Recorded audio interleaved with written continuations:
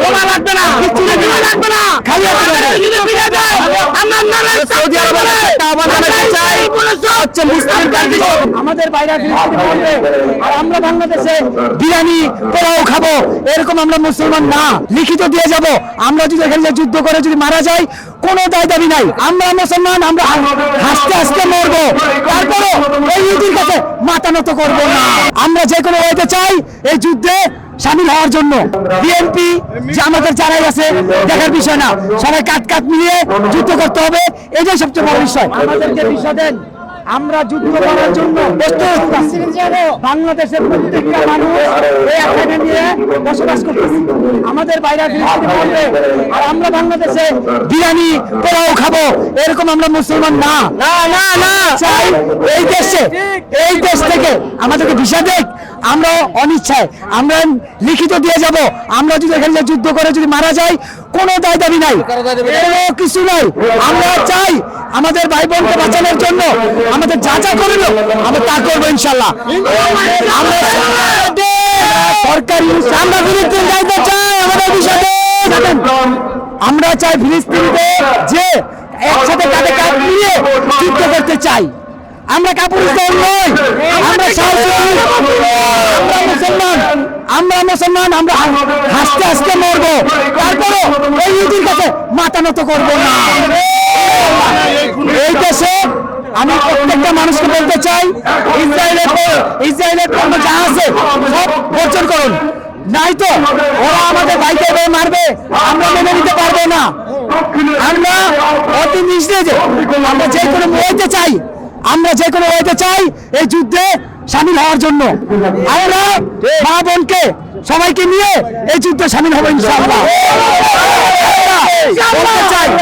BNP যে আমাদের যারাই আছে দেখার বিষয় না, সবাই কাট কাট মিলিয়ে যুদ্ধ করতে হবে, এটাই সবচেয়ে বড় বিষয়। আমরা মুসলমান, কোরআনের উপরে নির্যাতন আমরা মানবো না, আমরা রসুল সেনা ভয় করি না, বুলেট বোমা করতে চাই। এই দেশে যতদিন আছে, ইসলাম যতদিন আছে এতদিন ইসলামের পতাকা চলবে ইনশাআল্লাহ, উঠবে ইনশাআল্লাহ।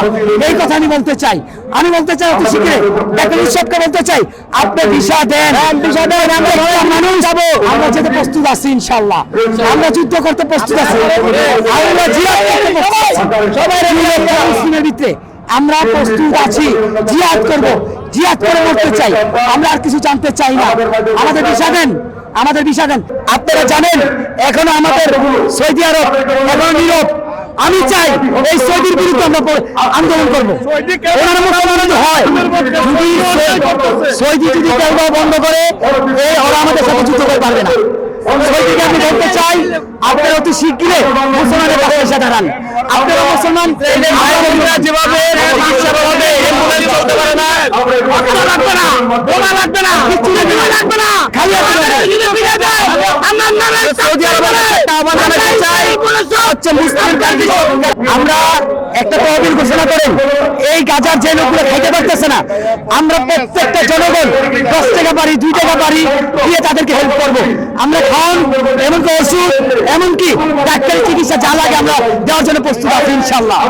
আমরা বলতে চাই ডাক্তার সাহেবকে আপনি জনগণের ভাবে একটা তহবিল করেন, আমরা যা পারি সামর্থ্য আমরা দিয়ে এই ইসরায়েলে আমরা ফিনিশ করতে চাই। নেতানিয়াহুকে সতর্ক করে বলতে চাই 2008 সালে যেভাবে মার্কিন প্রেসিডেন্টকে জুতা পিটে করা হয়েছে সেই ভিডিও এখনো নেটে আছে। আমরা সতর্ক করে বলতে চাই যদি জুতার বাড়ি খাইতে না চায় অবিলম্বে গাজা যুদ্ধ বন্ধ করে করতে হবে, বন্ধ করে ইসরায়েলকে ফিলিস্তিনে তুলে দিতে হবে, নচেত এই আন্দোলন চলবে। প্রয়োজনে আমরা ফিলিস্তিন গিয়ে জিহাদ করব, ইসরায়েলের যুদ্ধ করব, নেতানিয়াহুকে পতন করব ইনশাআল্লাহ।